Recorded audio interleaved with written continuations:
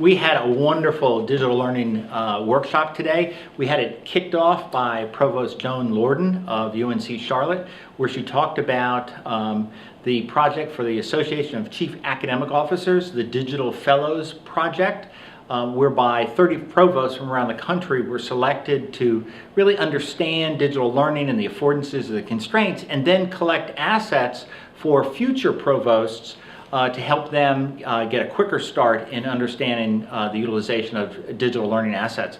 That was really a good start to the day and got people thinking about different ways of doing teaching and learning and faculty roles and responsibilities.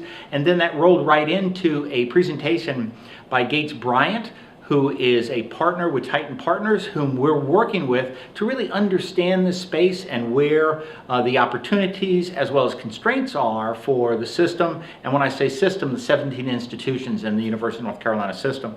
So after that, we had a couple workshop activities where the faculty, the people from the Office of the Provost, as well as people from the Faculty Development and Teaching and Learning Centers really dove into understanding better what's the faculty of the future look like, what are the personas, what are the different kinds of roles and responsibilities that they have.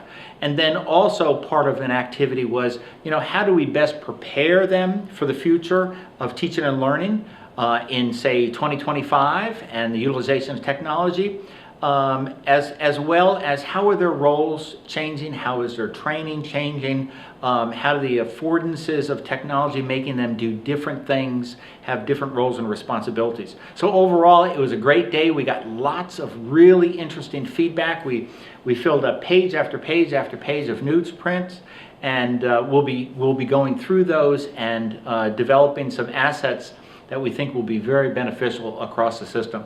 So I want to thank the 60 plus people coming from all of our institutions who spent a very long day with us and very generously gave us their time and their ideas, their comments, their suggestions, their criticisms.